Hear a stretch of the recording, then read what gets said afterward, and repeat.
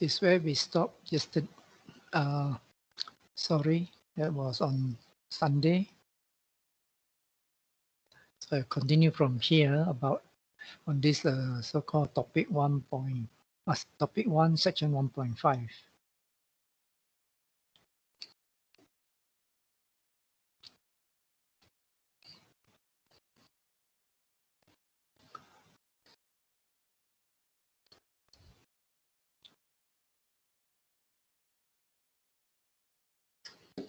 We'll start at 4 p.m. sharp. Huh?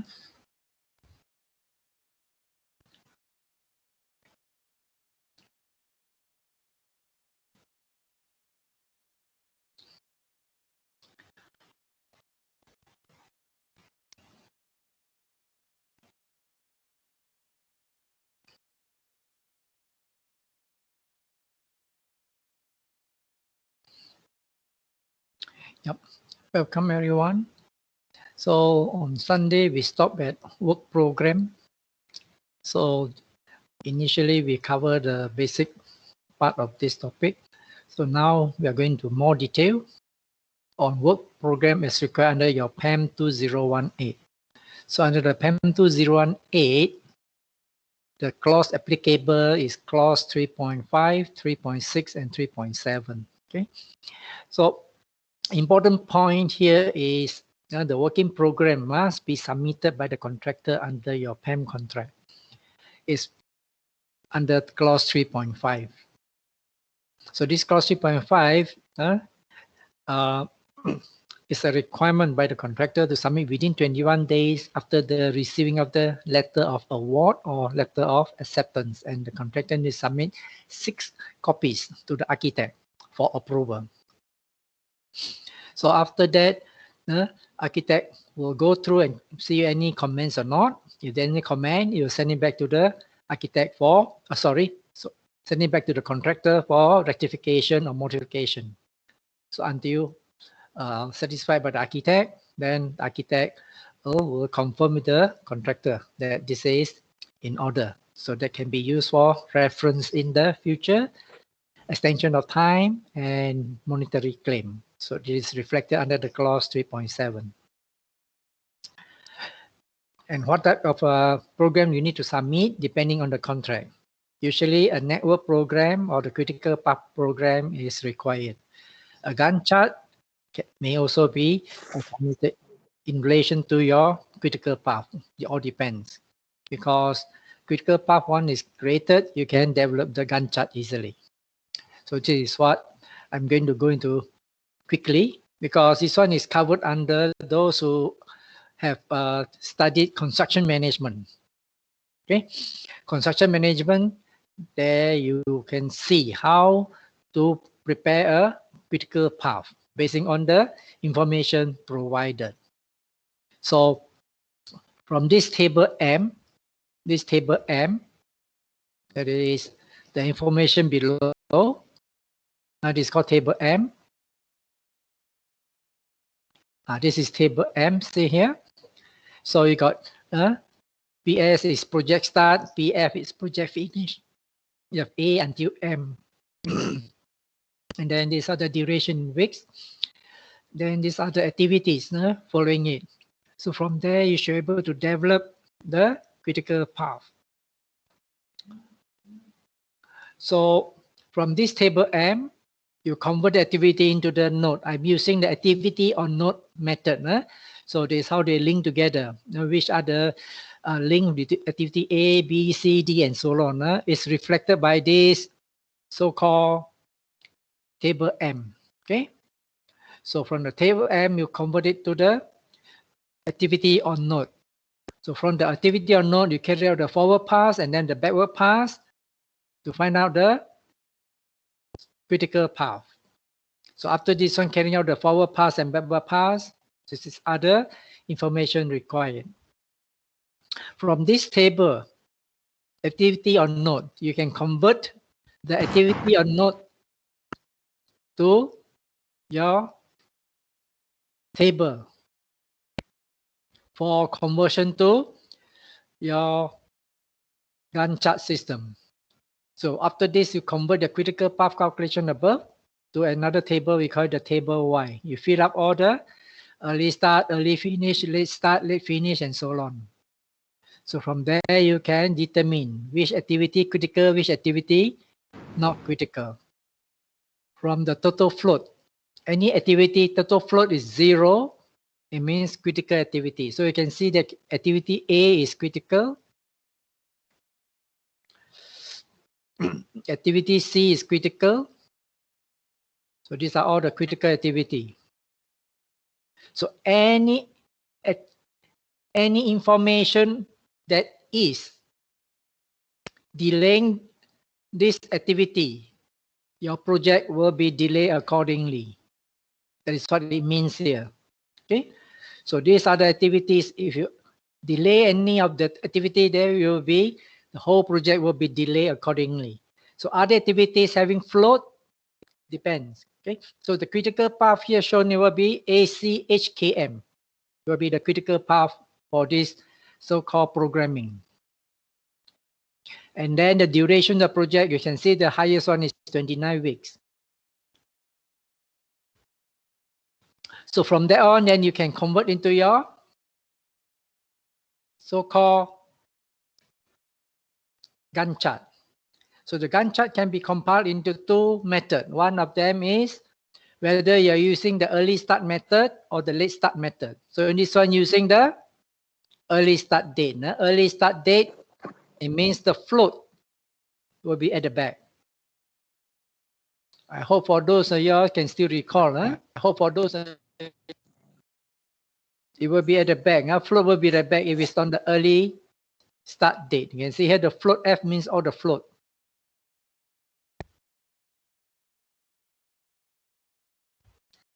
So this is how you convert your critical path chart into your Gantt chart system. So if you ask to convert using the latest one, the float will be in front. See here, the float will be in front. Using the same data, but you're using the latest. The latest here, you're using all this information. Your float will be in front. See here, the float will be in front. See the F here, the float? It will be in front. So that's how you convert your critical path calculation into Gantt chart system. Okay, I won't run through all these things. You should be very familiar already after your construction management class. Huh? Okay, so why I'm doing this is to refresh your memory. And now, because under the PPP 3, you're not going to the programming part. Programming part is under the construction management or your project management subject matter. I'm on the implementation of your understanding of the standard form, a special contract requirement, high level one, application of your basic law, construction law, and now understanding the standard form in the construction industry. I'm using this PAM 2018 as the base reference point. So now, after the contractor have submitted the working program, then you need to ask this question: why working program is required for any construction project? Especially you're talking about traditional approach. So this is the reason required. Because of if there is any departure from the program, then correction action need to be taken. And number two, you look into the effect of the delay. Who's responsible? That's why you need all this program. So that if it's a departure already and then who is contributing to it, then you can help to correct it if possible, to try to get it on time. If not, then you know how long your project is going to be delayed. So this is the main purpose. Once you already adjusted the program, the working program will be called a revised program. So the revision to the initial program, you give a name of R1. It can be any name, but I've just put here, let's say it's R1. Then your original program is called R0. Now it's starting with R0 as the original program. Okay. So after the revision, then you call it as R1. So anything that is departure from that one, then you can use that as a base reference for your entitlement for additional time. And if it's entitlement for additional time, with that event, you still entitled for additional money, then you, as a contracting side, you need to prepare all your paperwork to support your time claim and to support your money claim. That one we will cover in more detail under the other section, which is coming already. So if actual progress is no longer valid, that means it's already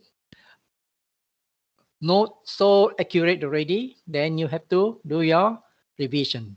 If you don't do the revision using your old program to monitor your project, you're wasting your time because the effect on the other delays in future will be captured wrongly, or the reference point for your future delay claim or presentation or support system is going to be ineffective. That's why you need to constantly revise the program if the project is delayed. So more often than not, the purpose of the program is for monitoring purpose by the contractor and also by the consultant. And that program we call it the program of the day. The program of the day is the latest program. It can be R1. After R1, if there's any reprogramming, then we call R2 will be program of the day. And after a few months later, there is a further reprogramming. Then the R3 or R2 will be the program of the day. So all this will take into account all the previous delay will be factored in already. Okay. So you can see whether the critical activities or non-critical activities are affected. From this, then your claim for time and all these things can be supported. Please remember, original critical activities, after the revision, certain of the activities that is original that are critical may not be critical anymore. It doesn't mean the original working program activity, let's say is B, C, and E is critical. After the revision, B, C, and E may not be critical. It can be F, G, and H becomes critical. So all this need to be supported by this calculation. Your calculation here to recalculate again. You have to go back to this process to recalculate again. Your convert this activity or no, all the information, you feed it back again, and then you recalculate to see what is going to be your revised duration. Last time is 29. Now what is the figure here? The figure here, if it's delayed, the guarantee more than 29. Okay. So this is the whole purpose of having a working program. If you don't have it, then everything will be guesswork only. So please remember, doing programming is a costly exercise. Certain projects that is small in nature, basic, simple program is sufficient. But if the project is complicated, then there will be allocation of budget for the complicated project because you need people and equipment to get the monitoring of the project to be done properly. So it's all depending on the project value and the complexity, or sometimes it's required as part and parcel of the contract condition. What are the system, what are the people must be there to monitor the project. If you got a chance to work for JKR project, government project, they will insist, let's say for 100 million project, they will insist that you must use Primavera and all your site staff must be familiar with Primavera. Have to go to get the certificate for Primavera. That is government project. So, all depending. I'll just give you an example. So, what are the types of program available? So, generally there are three types. One of them is a tender program. So, please remember the purpose of the tender program. Then you have your working program, and the third one will be the contract program. So you got three types of program that you need to remember. The most important one now what they are doing is this work program, because this is the operational program. So tender program is usually required when you submit your tender, so that the employer or the consultants know what you are doing. So this is the purpose of the tender program. For the contractor, it will help in the costing and resource allocation. For the employer, is for the consultant is to evaluate your tender or to check and see whether you understand or not how this project is going to be so-called constructed. If your program shows that you don't even know how to construct the sequencing error, then you won't even be called for interview. So next one is a work program. So this work program will only be produced by the successful one, contractor. So that is, if you're under the PAM clause 3.5, you must submit 6 copies of your work program within 21 days of the letter of award or letter of acceptance. So generally the content of the program, what should be the details of the program, is up to the consultants to stipulate in the contract document. So these are the usual one. The program will reflect realistic way of getting the things done by the contractor, reflect genuine reflection of the contractor's intention and evidence to support how it can be done within the time and so on. And also the program should have this logic. Plan and method is a separate document. It must have the logic. Okay, so from that logic, then you can prepare the resource requirement and so on. At the same time, it will show the constraint. So these are the purpose of the working program. Ultimately, the program must be realistic. If it's not realistic, your program will be thrown out by the consultant. So generally, the program, no matter how you compile, it must be on or before. Please don't compile your program to be submitted longer than your contract duration. No consultants will approve that program. I hope we are very clear. It's common sense because the contract says that you can complete the project earlier, but not later. If it's later without valid reason, then penalty will come in already. The liquidated damages will be imposed. Now, what is contract program? So please be careful. Your clause 3.6 says that the working program is not a contract program. Now you know why already here. Okay, so you have your working program. If the working program were to be converted to a contract program, then you're going to have problems. If it's working program is converted to your contract program. The problem number one will be if the contractor didn't follow, contractor is breached the contract, and then it will be punished by the employer. So departure from the working program is very critical. It means breach of contract. Okay. Departure from the working program will no significant so far as the employer remedy for performance are concerned. So what I try to say is this. any of your program that is not following, that means ultimately the employer, what they're interested is imposing the LED to the contractor. That is, if the contract program is in your contract.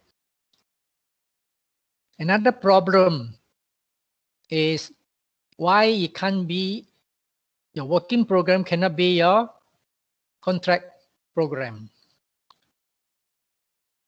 If anyone interfere with it, whether it's the contractor is for the or the employer or the consultant, it means that one the parties that is delaying it will be responsible. It means they are breach of contract. So impossible to carry out all the work for the program due to whatever. If the employer delaying the things due to variation, then or asking the contractor to do something different from the program, the contractor is entitled to claim because of the breach and also for the variation order that is created by the employer or by the consultant. So you want this case law, we're able to help to support this argument. So nowadays you won't find contract program in the discussion. This is for academic knowledge only, okay? Because you know very well now, PAM clause 3.6 already very clearly telling you that whatever program submitted is for monitoring purpose and or some reference purpose and not going to be contract program. If it's going to be contract program, these are the problems faced by both parties, by the contractor and also by the consultant. It's become so rigid.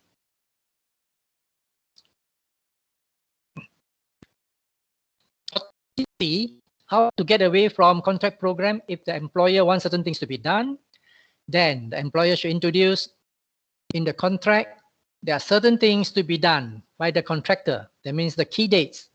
I want, let's say, the substation to be completed within, let's say, 3 months after your starting of your work. These are key dates. Within 1 year, the car park ought to be ready. These are something of that nature. So this is how to prevent the rigidity in the contract by introducing key dates by the employer. So if the contractor didn't meet the key dates, then it's up to the employer to penalize the contractor accordingly. So this is how to get away from this rigidity of the contract program. So now we're going to a very important area related to your program. You need to understand the term optimistic program. What do you mean by optimistic program? So this is the definition of optimistic program. When contractors submit a working program where the completion date is earlier than the contractual completion date. So the date of the completion of the working program is earlier than the contractual completion date. For example, the contractual completion date is December 2021. But the contractor submit the working program as October 2021. So from October to December is earlier by 2 months.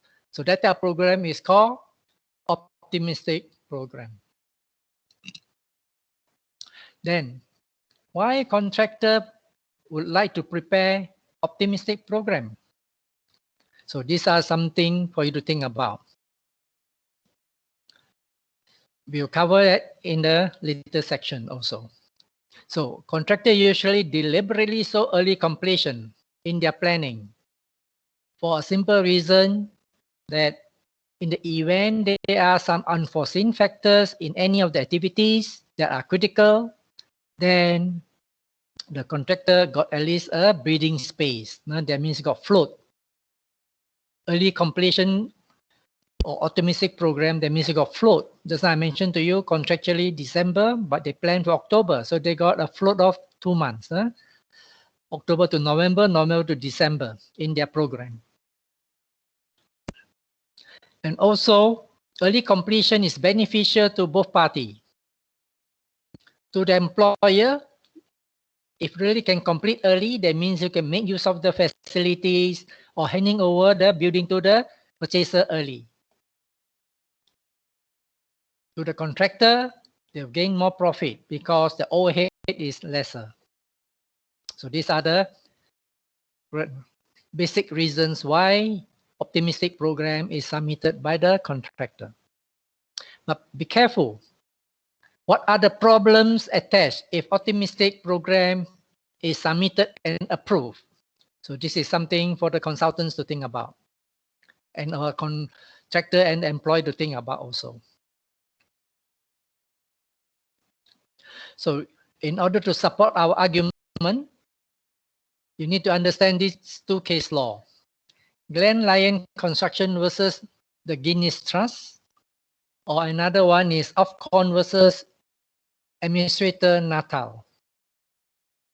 These are the legal case law that is not locally, but is useful to support the argument. Because as long as we have a case law that are relevant to this country, it will be a useful, persuasive authority. If we have a case law from Malaysia, that is the real authority that is applicable to the country. If it is foreign, never mind, it will be persuasive. More often than not, our local judges will try to follow unless something different. So these are the two case law. Another one is not a legal judgment, but these are all specialists in contract matters. They give their opinion. That is, in UK, we have the Society of Construction Law. In Malaysia, also, we have the Society of Construction Law.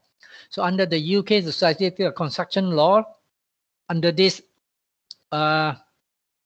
section, they have their special section, Delay and Disruption Protocol 2020. So from there, they set up some certain guidelines for the construction industry. Although it's not a legal judgment, but they have a strong persuasive power also. Sorry, sir, your screen is not moving.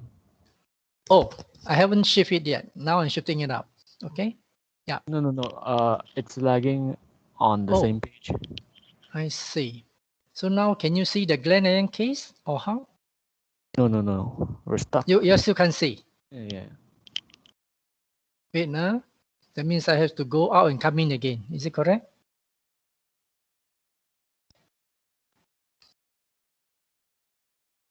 Wait now, let me check and see. I go out and come in again. So I stop sharing. It's okay now. I'll go back to screen share again.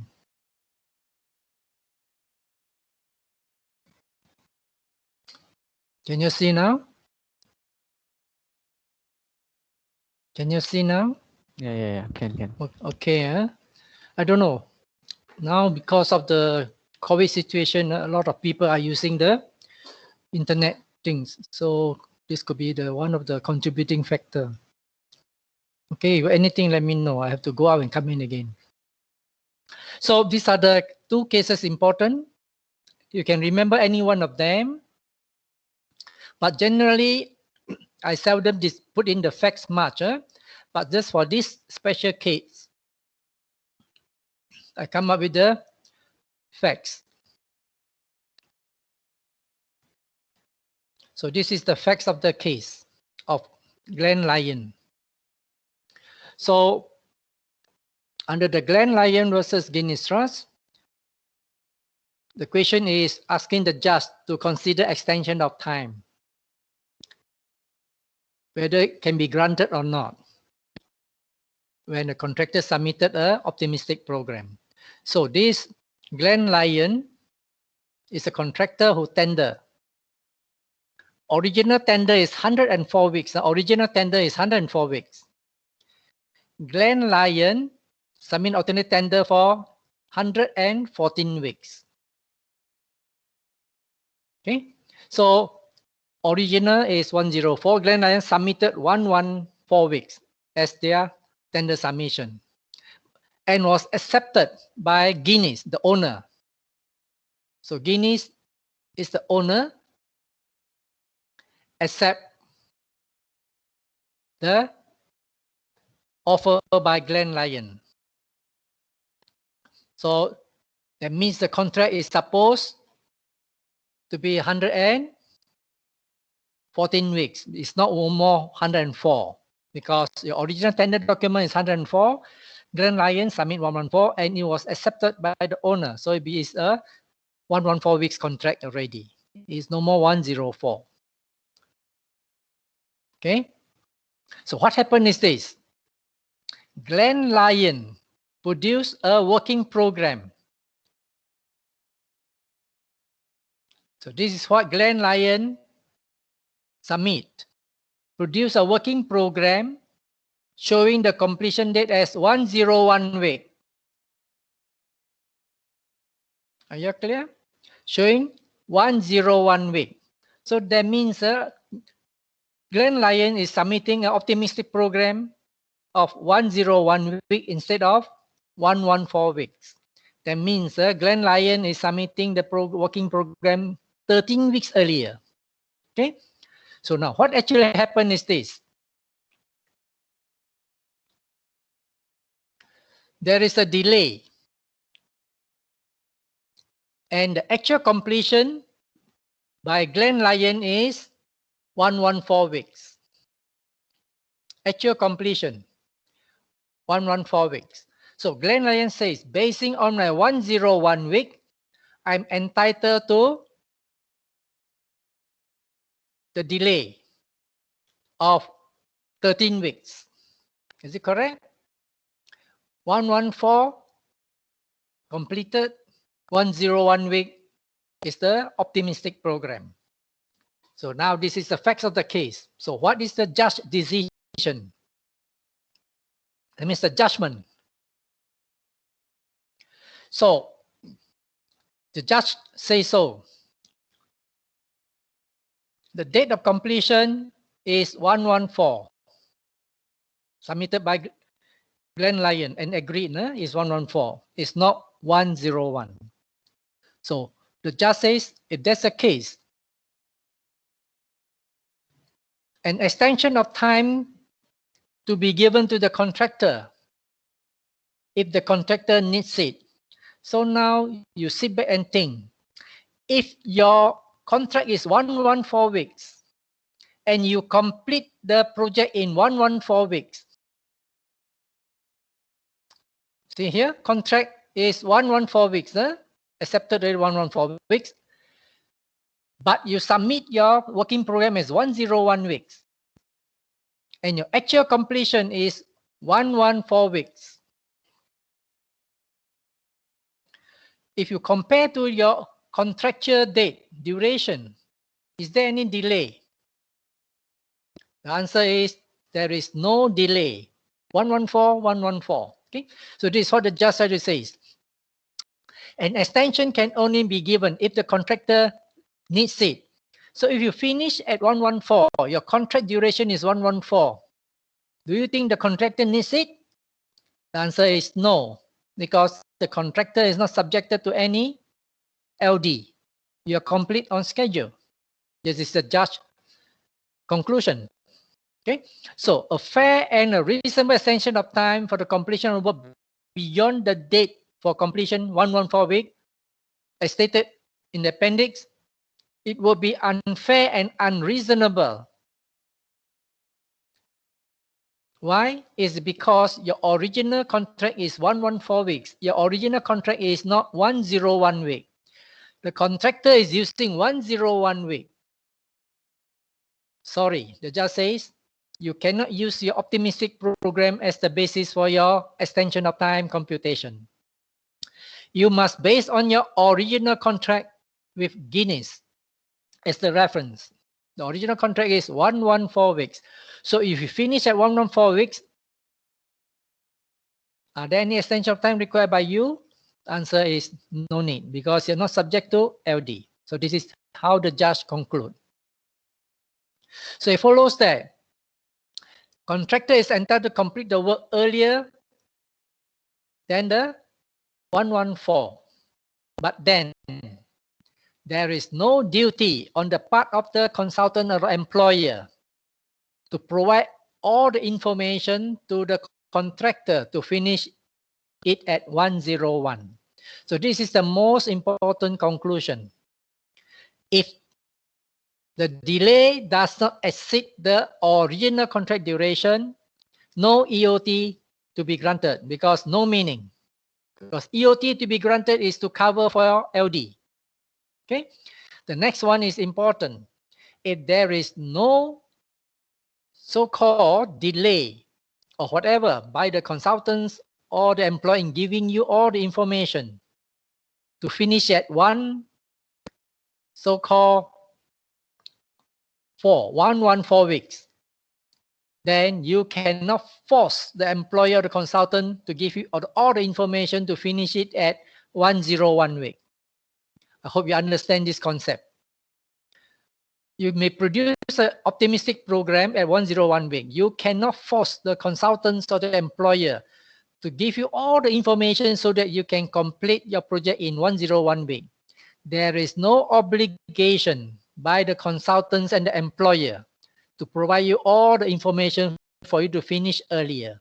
As long as the employer and the consultants can provide all the information for you to finish within your original contract duration, that is 114, you cannot disturb the employer or the consultants. So this is your number 2. And then this is number 3. That is not reflected in the argument, but this just try to give additional knowledge to the two parties there. The contractor is merely free from any contractual restraint or constraint and can complete early. The employer may not prevent him from doing so, but this does not mean that the employer is bound to facilitate in a positive way the implementation of the contractor's privilege or liberty. So this is what I mentioned. If the employer wants to help you, it's a bonus to finish early. As long as they don't delay your original contract duration, you cannot blame the consultants and the employer. So then it shows that because Glenn Lyon is asking for extension of time. So the judge says you don't need extension of time. So we found in favor of the employer. Okay. So the issue of drawing necessary to enable to complete as long as within the original duration, you don't need the extension of time. And this case did not address the loss and expense. So somehow that if the contractor were to put another claim for loss and expense, the answer is you won't get additional cost or loss and expense for this claim because you still finish within the 114 weeks. This is the conclusion by the judge. So then the judge says there could be other ways that you may claim for loss and expense if it is a variation work. In this case, you're asking for extension of time. It has nothing to do with variation. That says the judge give another opinion. Contractor may be able to get loss and expense or additional cost if it is due to variation, and loss and expense is claimable. Apart from that, it is not claimable. So these are the legal principle behind Glenn Lyon case. Okay, so if it's due to variation, then direct loss and expense claimable, but not prolongation cost. Do you know what's the meaning of prolongation cost? It means the duration longer than the original period. Prolongation cost is equals to, it means the cost incur after the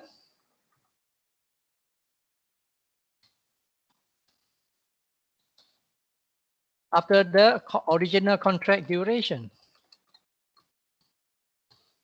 So is the contract duration longer or not?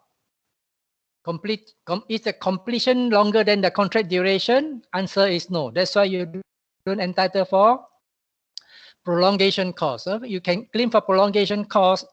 It is the cost or expense incurred after the original contract duration is exceeded. Okay? In this case, it is not exceeded.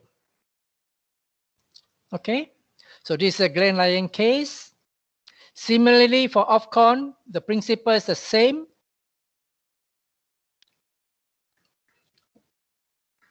The numbers are different. The principle is exactly the same. Okay, so in this case, under the Ofcon case, extension of time and prolongation costs. So as usual, extension of time under the Grand Lion, as long as within the original duration, you won't entitle. So here you can see, so this one 11 months. Show completion, optimistic program, 11 months, optimistic. Okay. Contract duration is 15. That means 4 months earlier as the original contract duration. The contractor finished 14 months. So now can you see 1 month early because employer delayed 3 months. So the actual completion is 14 months because the delay by the employer is 3 months. Basing on the optimistic program. If basing on the original program 15 months, is there any delay? If you finish 14, the answer is you are ahead by 1 month. So extension of time, you won't be entitled. How about prolongation cost? You see from here just now. Prolongation cost is only when you are entitled to claim after the original contract duration is exceeded. Here is 15 months, the original. You complete in 14 months. So is the original duration exceeded? Answer is no. So extension of time, you won't get. Prolongation cost also you don't get under the Ofcon. The principle is the same as what we discussed in Grand Lion. Okay, so you won't be able to claim for prolongation costs. You won't be able to claim for extension of time. Okay, so similarly, Society of Construction Law comes to put forward their opinion under a very special situation. When can the contractor claim for extension of time during optimistic program? So these are the two situations. These are the two situations, or when the contractor can claim for extension of time and prolongation costs. This is what come up by Society of Construction Law Delay and Disruption Protocol 2002. So what you're trying to say is that during the contract time, the contractor specifically inform the employer that I'm going to finish earlier, and the employer is aware of the contractor's intention. So with this knowledge, there's a possibility that the contractor can get extension of time if there is a delay from the optimistic program. Okay, so this is an opinion only. This is just an opinion by Society of Construction Law to give you that idea. Is there a possibility where the contractor submitting an optimistic program can claim for extension of time and prolongation cost? Answer, it is possible if this one is complied. Employer is aware of the contractor's intention at the time the contract is entered into. That means the employer is knowledgeable or well informed that the contractor is going to submit a very optimistic program to proceed with the project. So why contractors need to submit optimistic program? So these are the reasons.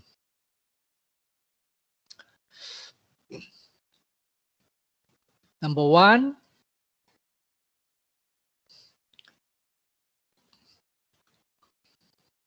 genuine desire to discharge the obligation. And number two, this one is something hidden agenda. A sinister goal of improving the contractor chance of claim for compensation. So these are one of the healthy one. The second one is unhealthy. So it's up to the employer or to the consultant to be careful. Because if we submit an optimistic program and then later on they use optimistic program to ask for extension of time and prolongation cost, that is where you got caught. Okay. So what will be the impact of optimistic program on the employer? So be careful if in future you're working for consultants, is the contractor submit optimistic program, this is something will have an impact on the employer. Number one, optimistic program, it means that the contractor can proceed, try to finish the work faster.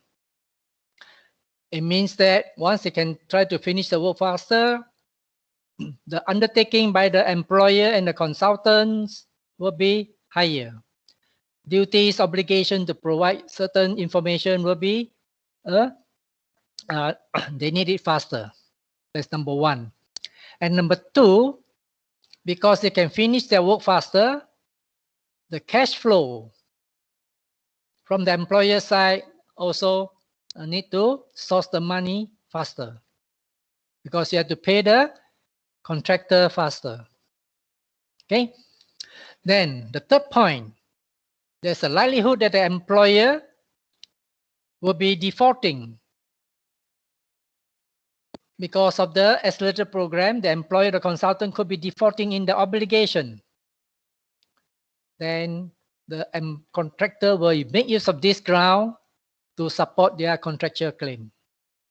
So this is something for the consultants or the employer to think about. If you approve an optimistic program, this will be the consequence. Number one, additional obligation. Number two, cash flow. Number three, if you default in obligation, then the contractor will make use of this argument, act of prevention by the employer or the consultant. Act of prevention is a good ground for the contractor to claim for money and time.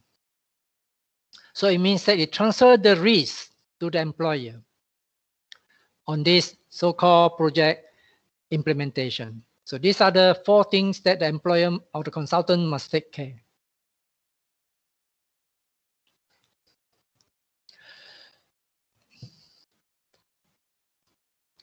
Yep. We'll take 5 minutes break.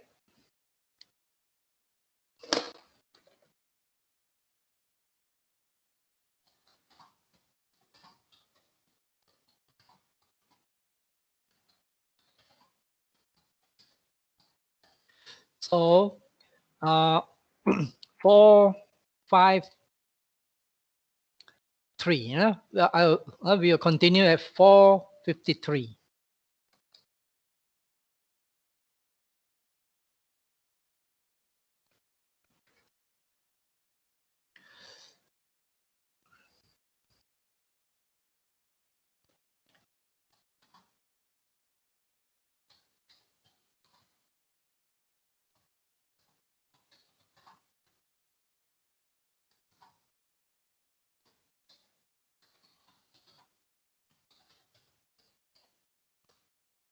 Okay. So now I will, for those who didn't scan, you can scan now. So we'll continue at 4:53. So 5, sorry. Yeah, 4:53. We'll continue.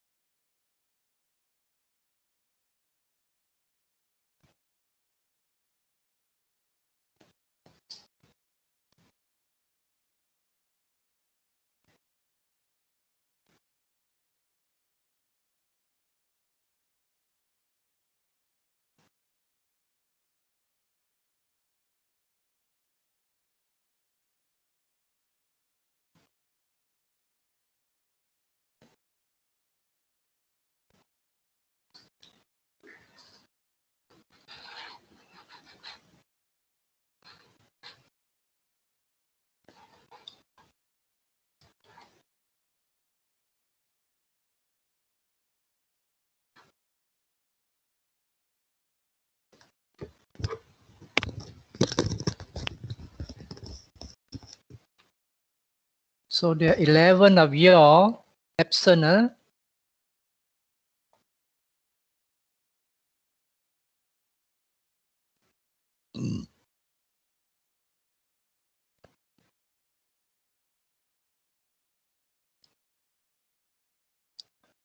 So the first 100 student absent is Lim Song Shen, Lim Zhe Qin, Kelvin Tai, Gan Yuyi, Christy Yong, Chu Yenling, Chan Wiley, Amy Hugh,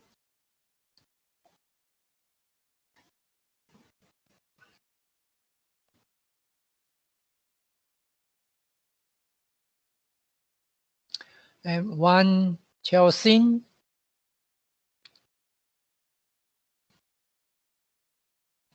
Ng Zixiang. So these are the current. Oh, and now we have 9 of your absent. 9. Just now 11 now becomes 9. And 180 upon 189.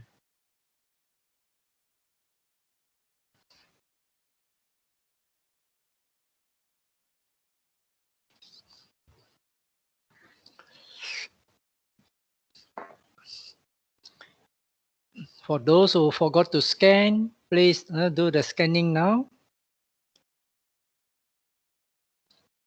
I'm going to start the lectures quite soon already.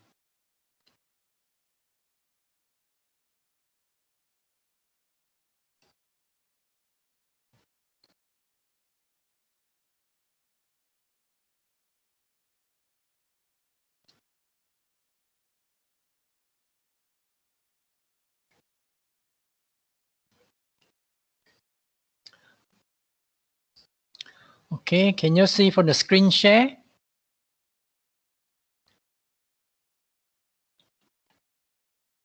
Can you see from the screen share?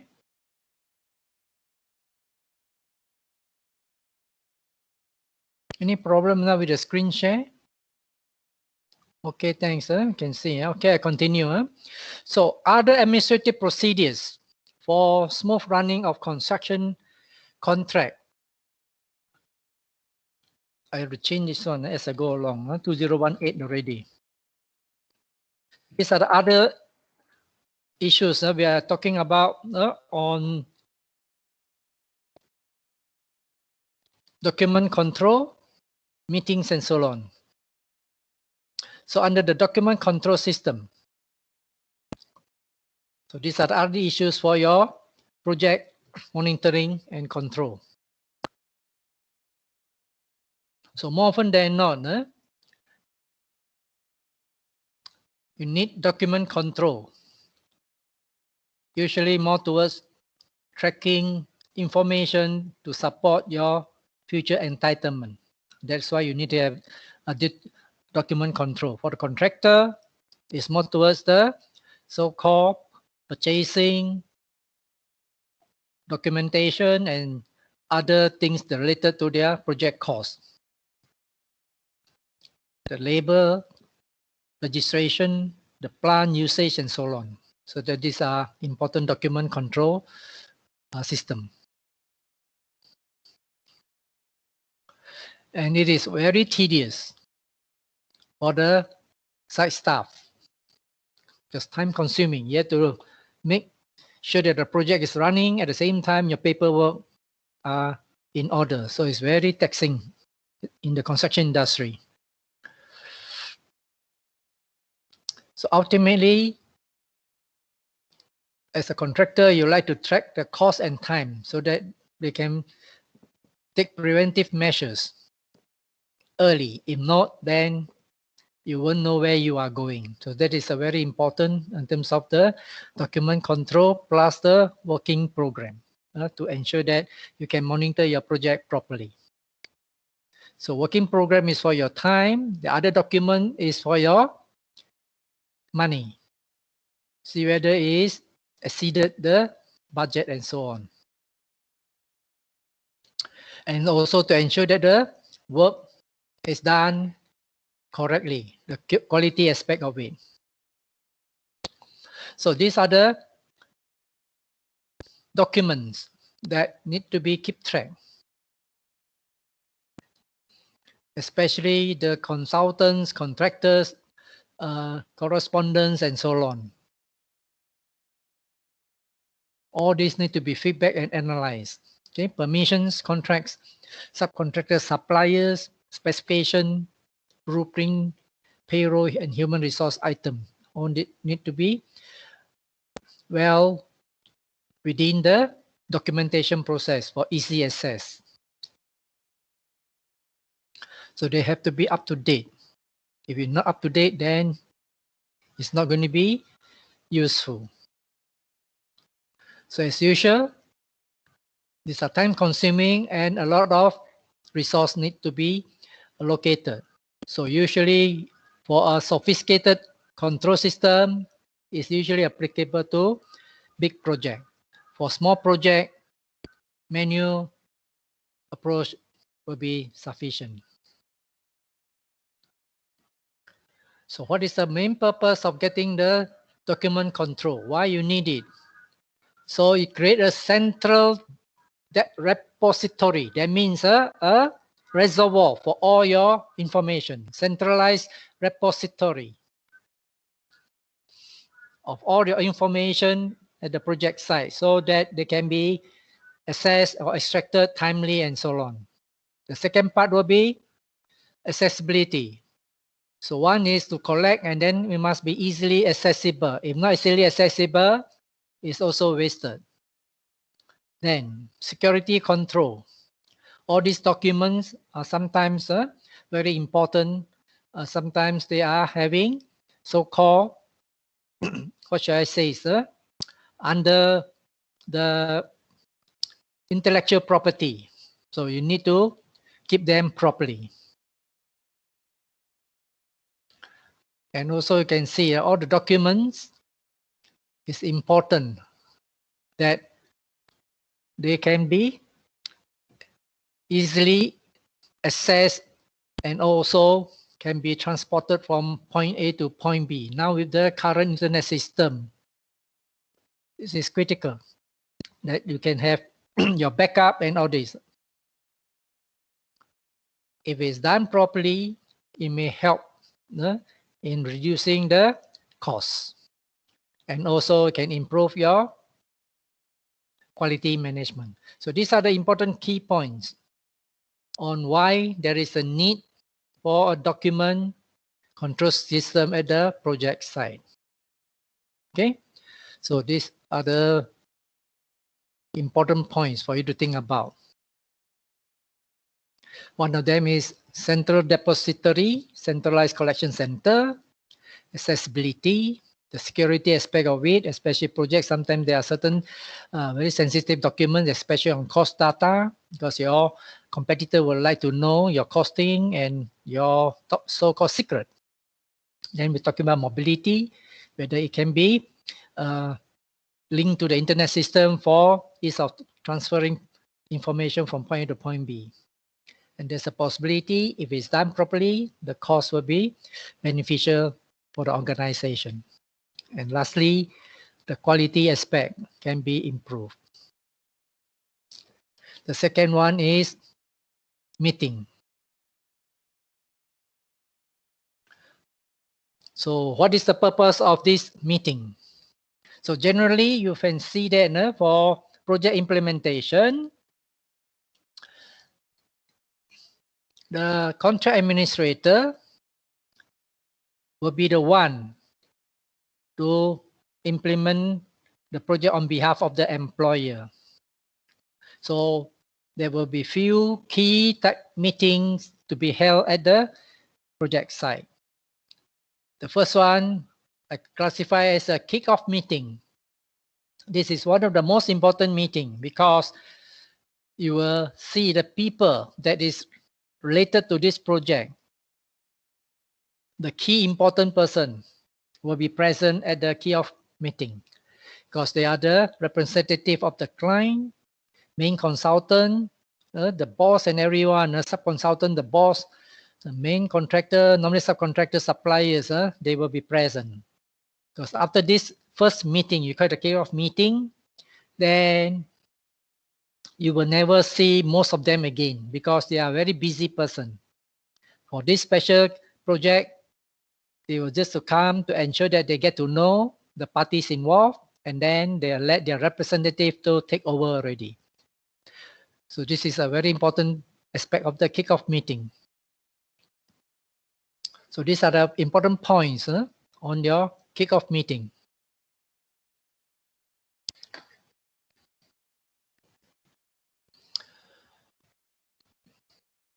So the name architect is the person who chaired the meeting.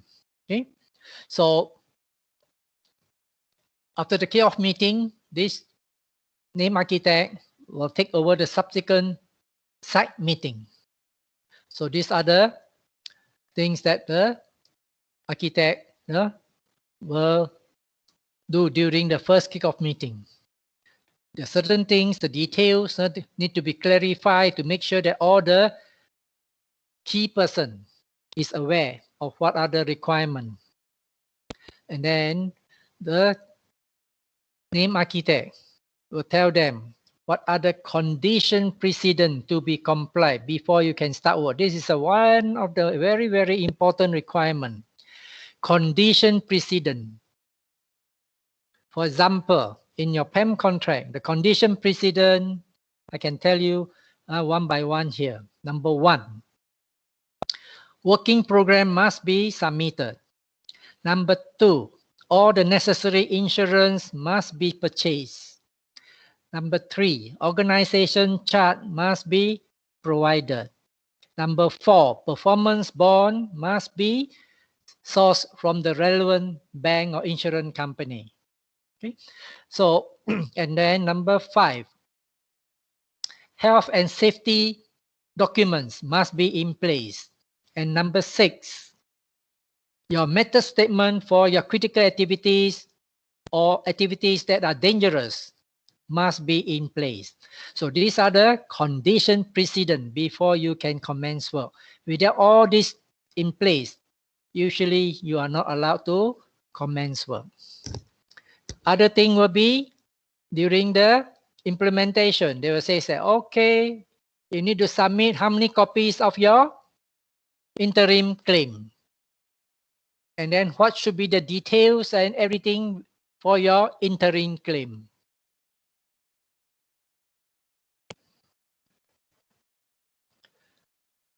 Next is key person contact details, so that if there's any problem the site people cannot handle, then this person will take over. Key person contact details.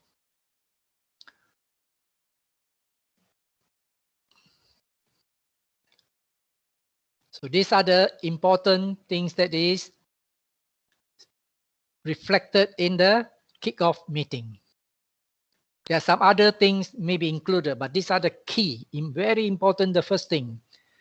Condition precedent to comply, the copies required for your claims, and how to submit, where to submit, and so on. Then the contact details, just in case the site people cannot solve certain type of the problem. The boss will have to step in. Okay. Then later on will be the project or site meeting already. So these are the meeting that is carried out either monthly, weekly, fortnightly, or depending on the project size and complexities. Okay, it can be carried out weekly, monthly, etc. Okay, so the site meeting, what I'm referring to is between the consultants and the contractor. The contractor and other subcontractor is their own other meeting. It's not this. This one I'm talking about between the consultant, the architect, name architect is a chairman, and then with the contractor. That is the site progress meeting, or they call it the site meeting. So usually the architect will be the chairperson. And then usually what are they discussing there? It will be the working program to show your project schedule, whether ahead or behind, the progress. The schedule will tell you what the activity is going to start. Any issues or problem at the project site. And then finally, the team members will update other parties on any problem or what is required to be provided. So these are the usual content in the site meeting. The usual content is just a guideline. It can be more. So these are at least the minimum. These are the issues will be there, because all these things can be expanded. Let's say issues and risks can be few pages. Team members update can be few pages. Progress schedule and progress report can be half page or quarter page, or depending on the complexity of the project. But the most important is this one, issues and risks at the project site there, information required and so on. So we may have others, you have to include other items relevant to the project ultimately. Then the next one is between the consultant and the client. It's nothing to do with the contractor, client consultants meeting. So it's for the consultants to update the employer on the progress, on the money matters, budget, cost, and time. These are the most important thing to the client, and also on the quality. Then very rarely you will have this one, stakeholder meeting. Stakeholder means the project site people have to handle external parties and internal parties. So these are the external parties. Usually stakeholder meeting try to deal with the external parties. I hope you understand the term stakeholders, which I believe I did mention many times. The stakeholders are all people affected by the project. Okay, so more often than not, the client or the consultant, sometimes the architect, or sometimes they force the contractor to participate. So more often than not, this is more towards the client's territory. They'll ask the contractor and the architect to help out. More like a PR work. Okay, so you have a large number as this one, then you have to tackle them accordingly. So these are the strategy, how to tackle the stakeholders. These are the strategy involved. Okay, so identify those so-called important parties to handle. Stakeholder for high-touch communication. So others not so important one, maybe you can go by newsletters. And then you need to inform these people because they may not be technical qualified. So you have to use very plain language. Keep jargon to a minimum. That means don't use a special language. Or you need to use something very simple, basic, so that you can make them understand. And always listen to their feedback. Any issues to handle them. So this is an opportunity for you to contribute to the society. Okay, so this is how the importance of the meeting. Next, we are going on to the quality monitoring under your PEM. So this one is reflected in your clause number 6. So on quality, we are looking into the clause number 6. But before I go to clause number 6, first of all, what will be the contractor's obligation under the contract? So you have to look to clause 1.1. So you can see now that a lot of linking of the clauses are coming in already as we go along. So you have to follow this closely. So under the contractor's obligation clause 1.1, if you look at your PEM 2018 or 2016, it says that the contractor shall means a mandatory, must, shall carry out and complete the works in accordance with the contract documents. The contract documents, the most important document for quality is your specification, because the specification will state all this to be complied. The material, the standard, and so on. So this is contractor's obligation. Then, as usual, how to control the contractor. Documents, the contract document give the architect the power to issue instruction. So the power is given under clause 2.2 that we have gone through already. And then the clause 2.3 is a special clause given to the contractor to query the architect. Source of power. So architect will issue instruction as AI or CAI. I've gone through already. I'm going to a little bit quickly here. So now, if there is a written instruction given, then what the contractor need to do?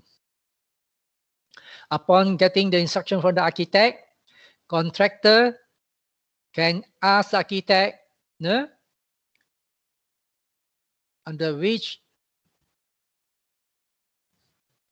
clause you're entitled to issue that instruction. If the contractor asks already and the consultant cannot provide any clause to support it, then the instruction is invalid. If it can be supported, then the instruction will be valid.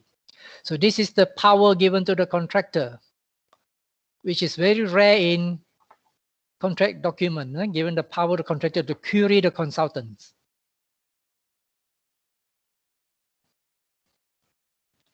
So if the consultant's instruction is valid, then it means that the contractor must comply with the instruction within 7 days. If the contractor didn't comply within 7 days, then the employer can take this action. Employer can engage other people to finish that particular instruction, and any cost incur or any additional cost incur, the employer can take it back from the contractor under clause 30.4. So what they're trying to say here is this. If I ask you to do something and it's a valid one, and all the costs incurred, let's say for example, is 10,000 plus my admin 2,000, altogether 12,000. That means this 12,000, the employer already paid to the third party. And that 12,000, the employer will take it back from the contractor under the progress payment certification. That is under the clause 30.4. So a very important point I need to point out is this. If that work under the instruction after the valuation by the QS is 6,000. Remember, the work done 6,000 is claimable by the contractor. I hope you must understand this important point. I repeat, if the instruction is not carried out by the contractor, a very instruction by the contractor didn't carry it out, employer got the right to engage a third party to finish the work. And the work is completed, let's say is 10 plus 2,000 employers admin charges, 12,000. So this 12,000 will be deducted from the contractor's payment. The work that is carried out belongs to the contractor, and the QS may value the variation work. If the variation work is, let's say, is 8,000, contractor will be paid 8,000 under the work done, but the deduction is 12,000. So this is the meaning. It doesn't mean that all the 12,000 will be paid by the contractor, because the work done still belongs to the contractor. Please understand this important point. Okay.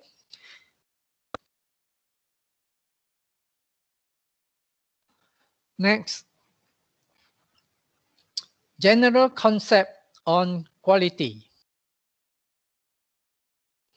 So usually when we're talking about general concept, we are talking about common law concept. So these are the common law concept without reference to your PAM on plant material, goods and workmanship. Okay. So under this one, the contractor must comply on the material, the goods and workmanship under the contract. If you don't comply, then they are in trouble. Then also the contractor have to carry out the test as per the specification. If you don't carry out the test as per specification, there's a possibility that your work may not be accepted. Okay, so then under this point, you can see if there is a testing required, then the contractor need to provide everything to ensure that the testing can be carried out. So shall provide everything to ensure that the testing can be carried out.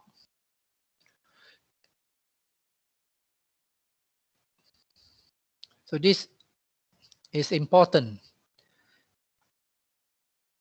The reason is this, because when you construct a project, a lot of the facilities for testing is not there. If you have to test, let's say for example, your water pressure for the whole building, definitely the equipment for water testing is not there during your construction. You have to bring in a special equipment to do your water testing. That is what you're trying to say. If everything that is necessary to do the testing, contractor have to provide under the contract, you have to provide. You have to loan the testing equipment, however, you go and loan to get it done. So this is what it means here. Okay. Then the other one is samples. So all the samples usually to be provided to the consultants or to the employer for approval is always at the contractor's cost. Then the cost of the test, usually under the contract, is already under the document there. It is reflected either the cost of the test is to be paid under the contract unit rate, or the cost of the test is to be absorbed by the contractor. You look at the contract document. So the cost of making any test, if it's reflected in the contract to be borne by the contractor, then contractor had to provide the test and the cost to be already calculated or parked somewhere already.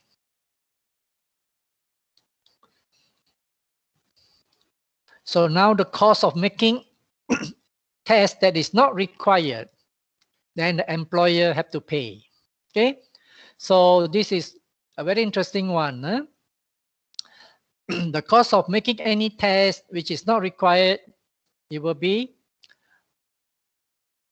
not required, shall be borne by the contractor if the test shows that they are not in accordance with the contract. The contractor had to bear. If they are so-called according to the contract, then employer have to bear. Okay, so this is the cost of making tests are not required, then contractor will pay if the test fail. If the test pass, employer will pay for it. So this is the difference between cost of making the test that is not required. If the test is reflected in the contract document, usually the cost is to be absorbed by the contractor. So please differentiate between the two. Cost of the test that is provided by the contract, usually under the contractor cost. Cost that is additional, that is not required. There are two things. Once it shows that it fails, then contractor bear the cost. One, it shows the pass, then employer bear the cost. This is how you look into the quality control.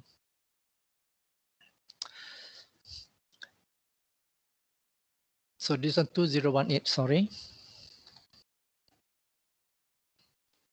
So now on quality of construction, specifically under your PAM, we have to refer to the clause 6. So we are talking about quality matters in more to the clause 6 will tell you already. So we are going through most of the clause item here. So we have to go slowly, no point to memorize, understand the concept. Okay. So all material goods workmanship contractor need to comply because under the clause 6.1, contractor didn't comply, the architect or the employer can ask other parties to carry out and charge the contractor accordingly. So all this to show compliance, that you need to show proof. Contractor need to show proof that the material used, whatever things is in compliance with the contract. And also the material for the test and everything is provided by the contractor. So these are the clause 6.1, 6.2, 6.3, telling you contractor's obligation in relation to the material and test and so on. So sometimes architect may issue instruction for the contractor to open up after the works is already covered up. So this is a very special situation which happen in your working life, I believe. Requiring the contractor to open up any works already covered and also to arrange for tests. So now what will happen?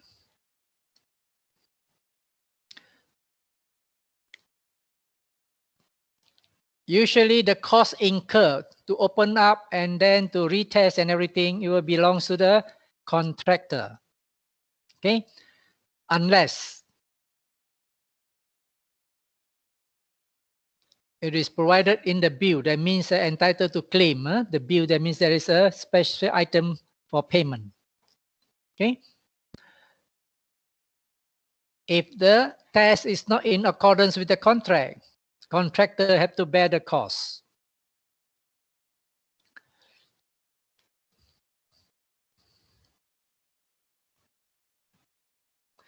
If it is due to the contractor's negligence or default or breach of contract by the contractor to bear the cost. So this is important concept for testing and opening up the goods, the items of the work. If it's provided as a BQ item for payment, then contractor will be paid accordingly. If the contractor do something negligence or not according to the contract, common sense will tell you contractor need to redo the work at their own cost. Okay. So under clause 6.4,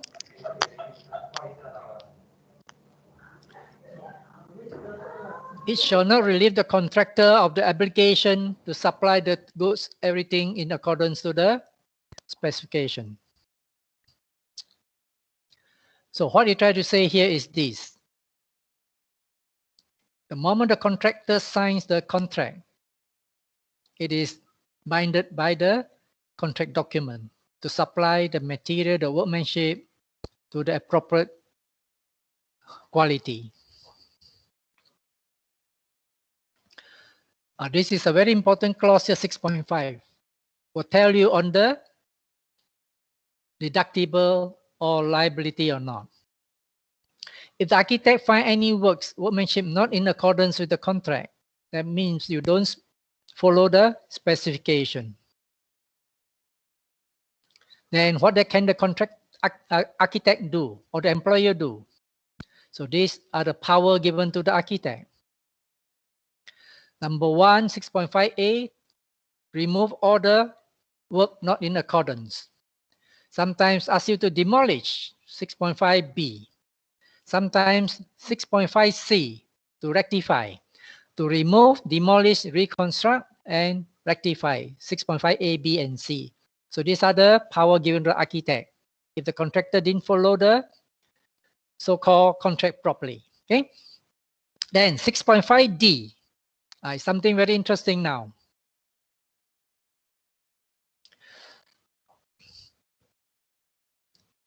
It required the contractor to propose how to rectify the defective work or work not done according to the specification.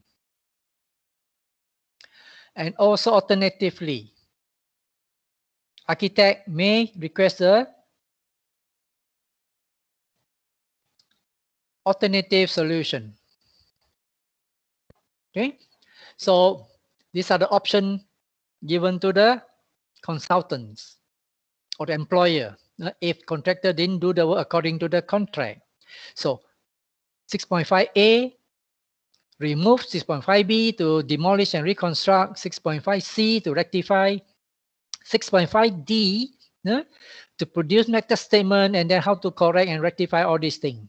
Okay, so these are the things that the consultant can do. 6.5E is a very interesting one. Sometimes this may happen, very rare. The employer or the consultants can ask the contractor to leave all the works, those that are low quality, never mind. Okay, but then they ask the consultant to work up a discount because of your low quality, then subject to a discount or set off by the employer under clause 30. Okay, so this is what you can do. Contractor, with the agreement of the employer to remain all the defective work or whatever work that is not according to the contract, then subject to a discount set off by the employer. And how to calculate set off? The QS and the architect have to calculate. How to take the money out? By using clause 30.4. You will come across the clause 30.4 everywhere for the employer to take back the money. Okay. Then we have your clause 6.6. If there's a written instruction under 6.5, that is 6.5 A, B, C, D, and A, B, C, D, and D, A, B, C, D. Here you try to say, clause 6.6 says that if there's a written instruction under 6.5, it means 6.5 A to D.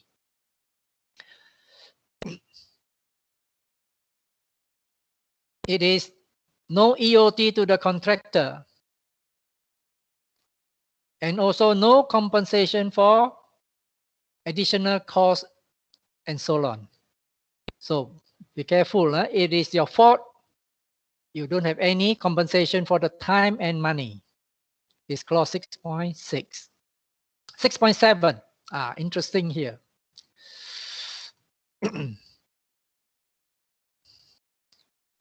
If contractor refuse to comply with the written instruction by the architect under 6.5, A to D, A to D here, employer can engage a third party to carry out the work. As usual,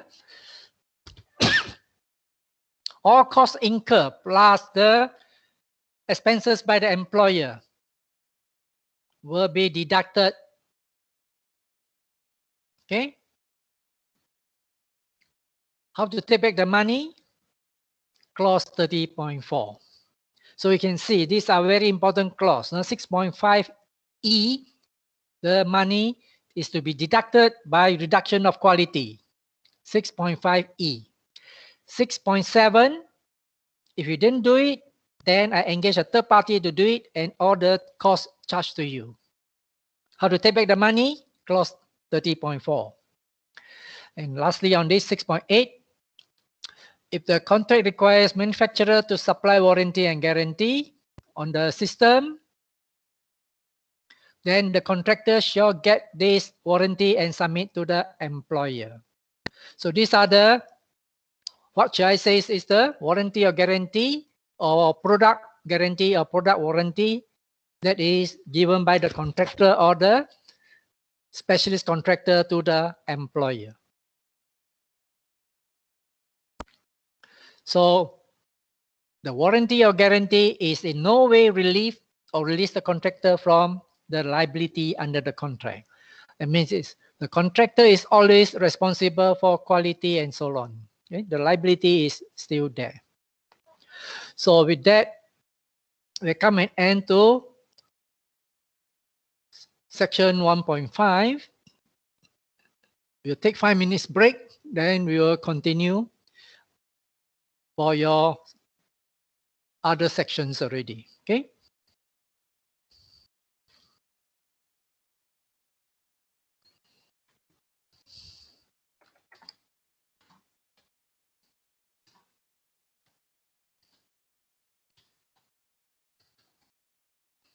We will continue 536.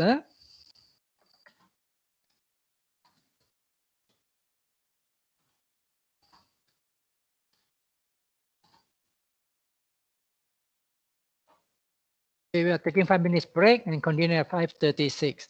So in the meantime, for those who still haven't scanned, you can do it now.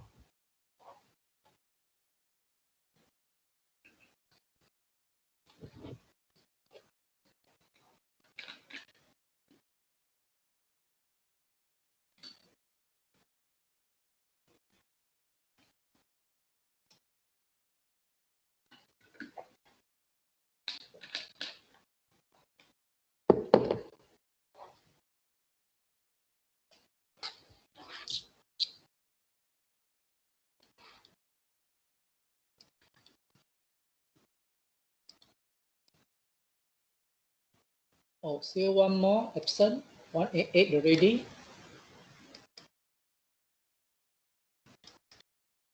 One absent only today. Yeah, Christy Young.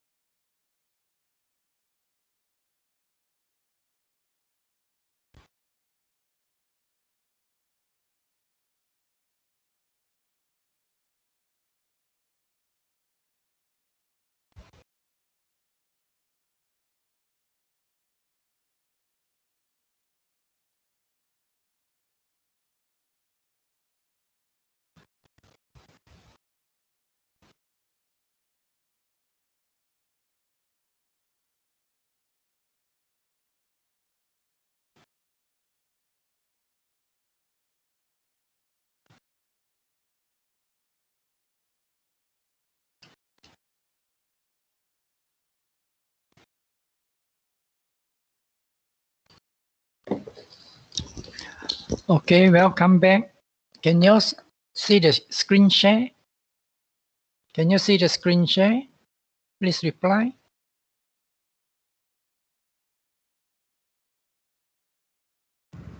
Yes. Okay, thanks. So now we go on to section B, topic 1.7, that is performance bond and guarantee. So basically, a lot of times these two are interchangeable, but we are more focused on the performance bond under the construction environment rather than using the guarantee, performance guarantee, and so on. So what is this bond and guarantee main purpose under the construction environment? So it is issued by the bank or insurance company, usually the bank.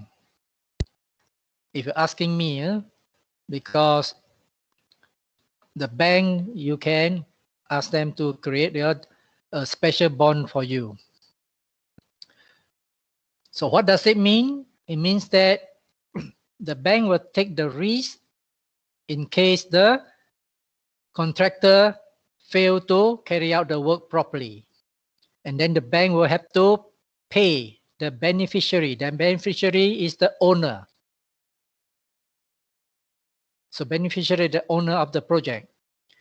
If contractor fail to complete or fulfill their obligation.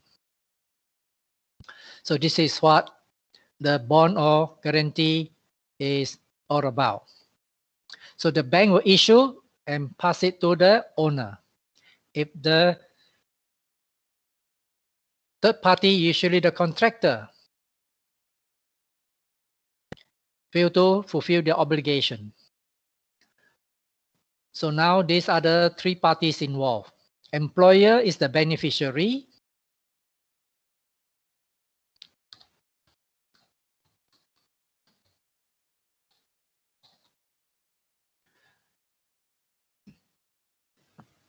So this is more towards this category. For the more towards the employer is between the contractor and the employer, and the contractor can be the beneficiary is between the contractor and the subcontractors and so on. The aim of the bond is to offer assurance of this is the most important part, assurance of performance or compensation from one party to another party. So that is the whole purpose, to ensure payment in case of some trouble. So then, if certain contracts, sometimes it is required by these parties.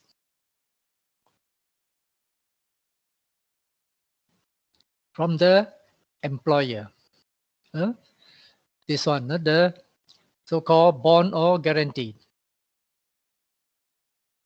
is for the employer to pay the contractor and consultants. Or sometimes an employer will require this bond or guarantee in case the contractor didn't fulfill the obligation, then they will take it from the bank. So when asking for this warranty, the guarantee or bond, you must make sure the drafting of the document and the wording is what you want. If you didn't draft properly, sometimes the purpose of that bond or guarantee may not be helpful for your purpose. So you need to get a specialized party to help draft this document.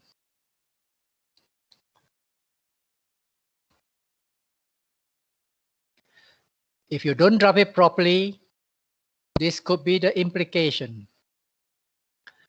your warranty, your guarantee or your bond may not be enforceable.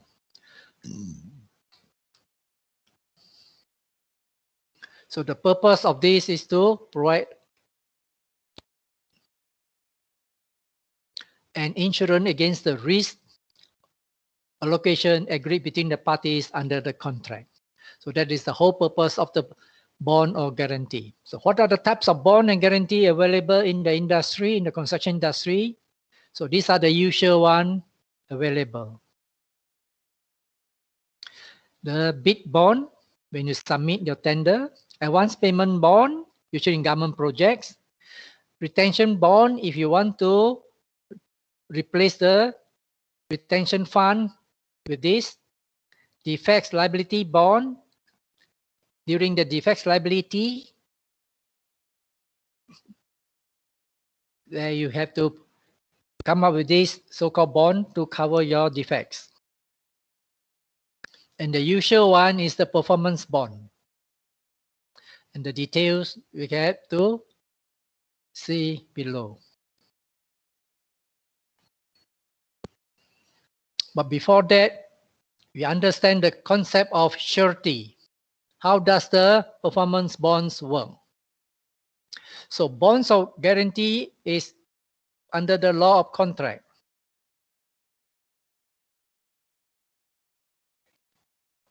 It is a contract of surety, where one person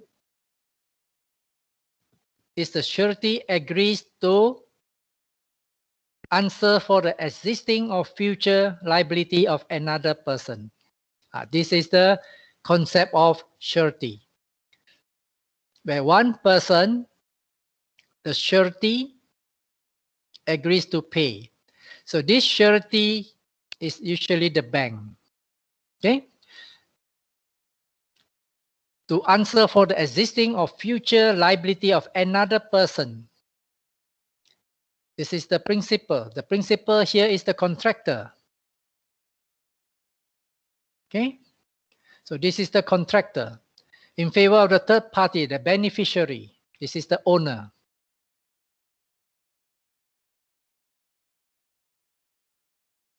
So this is the owner. So these are the three parties that are bond. We have to look in the three parties. The surety is usually bank or insurance company will help protect the owner in case the contractor defaulted. So the nature and extent of the liability of the principal, that means the contractor here. Okay, here, principal is the contractor.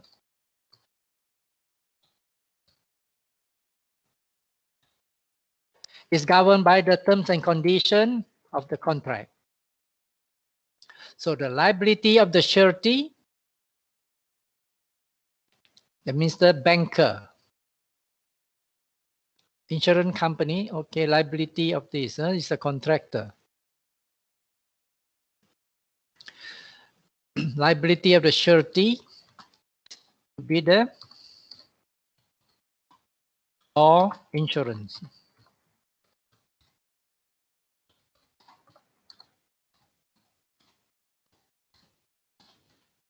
So this is the liability of the insurer. Okay, yeah. So this is the principle behind it.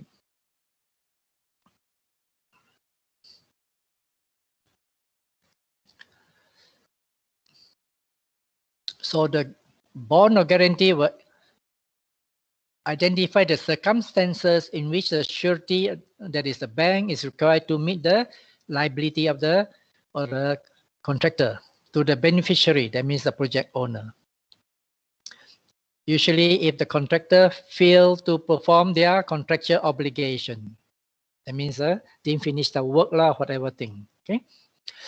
A surety who is satisfied with the liability of the principal to the debtor to indemnify the principal. That means this is how the system works.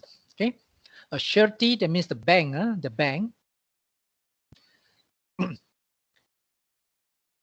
if it is the contractor's liability to the owner,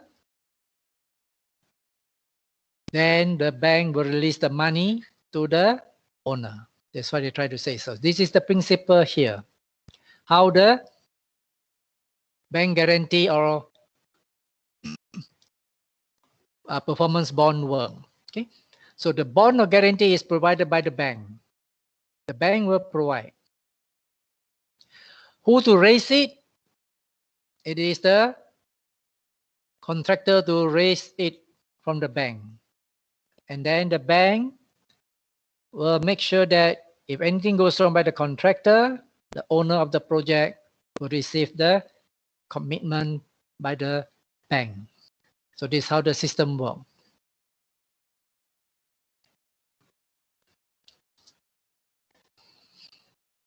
So I did mention to you, two things are interchangeable. The guarantee is the same.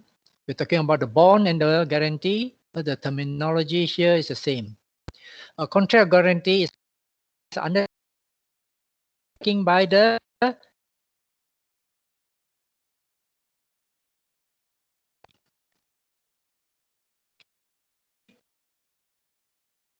so this surety here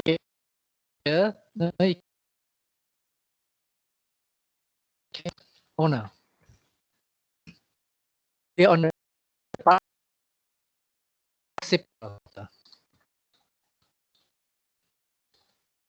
perform. So this is a repeating again.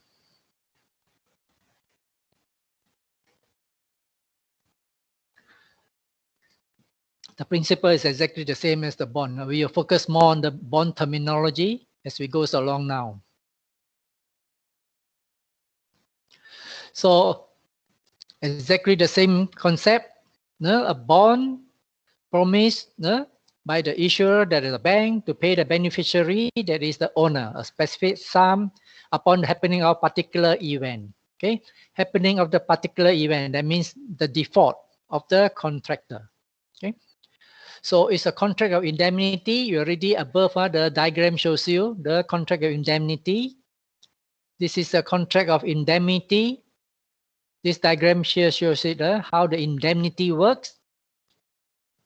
That means the contractor will provide the indemnity to the bank, and the bank will issue a letter to protect the beneficiary. So this is how the system works. Okay.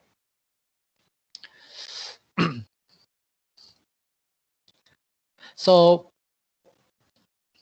the principle is this, is to provide cash payment. Indemnity here is provide cash payment in the event that the contractor fail to complete certain thing, or when a particular event happen. That means in the contract that you may specify that if the contractor cannot finish the work or delay by how many percent or whatever things, then it can trigger the contract of indemnity. The bank will have to pay already.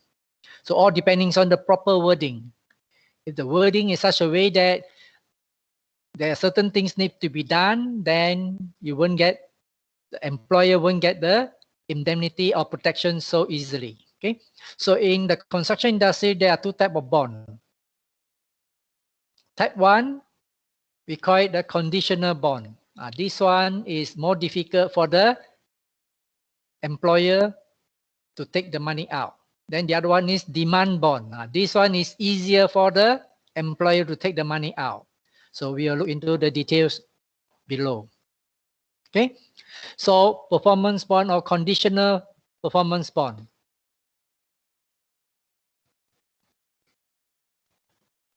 What does it mean? Okay, so it only applicable when the contractor fail to meet certain condition, then the bond will be forfeited.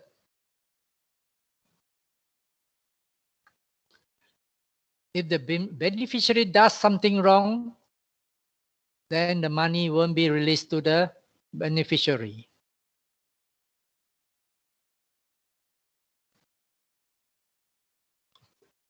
So you can see how this system works. where the condition is due to the performance of the agreement by the principal, that means the contractor.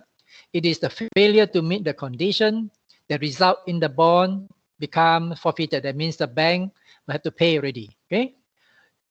If the beneficiary do not do something wrong or default, then there's a possibility that the money won't be released.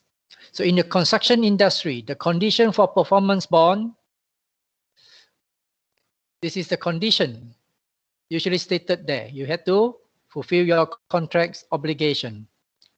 And the liability, the bank will have to pay up in the event the contractor didn't fulfill. So this is the usual, the bond. So this is the type of bond. If it's a conditional bond, that means you have to look into the contractor's so-called fail to meet the condition. Then only you can take the money out.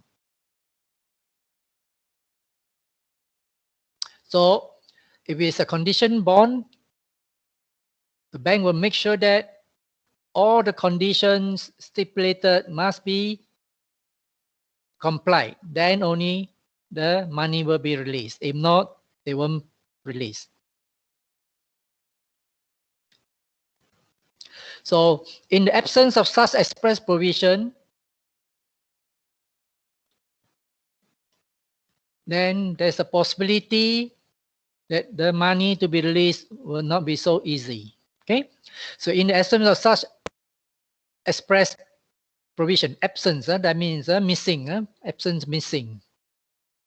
It is not necessary for there to be any demand for performance, although such a provision is usually stipulated by an express term in the bond.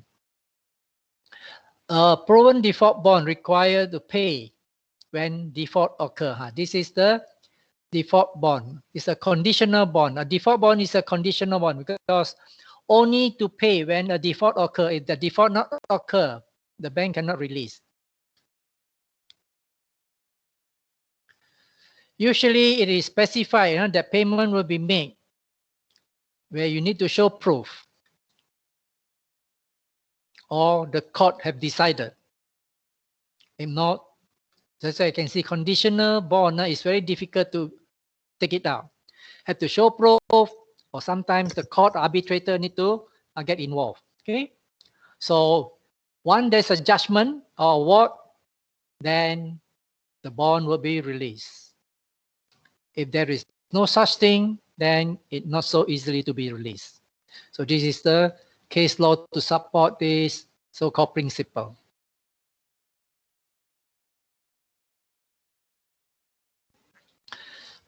In the absence of judgment, award, or agreement, the beneficiary, the owner, must prove default and loss in order to establish liability under the bond. So the beneficiary is entitled to be paid only the amount of loss proved up to the limit of the bond. So that's why it is on the default bond. It's very troublesome for the employer. You have to show proof, and at the same time, how much you can get, it doesn't mean that everything at the performance bond there. The amount of loss, how much you show your proof of loss, it says now is 100,000. You will get paid 100,000, even though the bond is 200,000. So this is a headache for the employer on so-called conditional bond. So the conditional bond has been more favorable to the contractor. Okay, because the bank's obligation to pay is subject to the owner showing the proof. Okay, so this to the bank is reduce the bank to pay out easily. So all depending on how you look at it. Okay, so disadvantage to the beneficiary, that means to the owner on the default bond. First of all, have to prove default. Okay, so the cost and the delay of proving before you can receive the money. So this is the negative part of your default bond. And the next thing is proving the default is not easy. Okay, unless stipulated as a ground for payment, insolvency is not a ground. So can you imagine there are so many limitations for the owner to get the money out, because even the contractor is insolvent, it's not the ground. The case law is this, to support this legal principle. Insolvency is not the ground to ask for the payment of the default bond. So we stop here. So this Friday we will continue.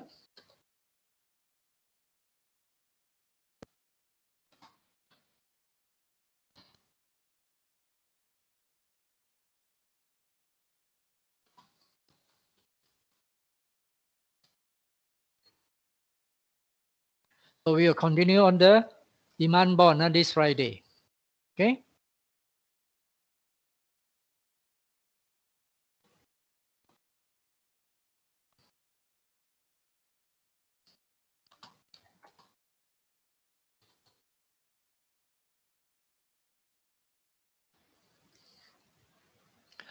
So now I try to look at the download attendance. But before that,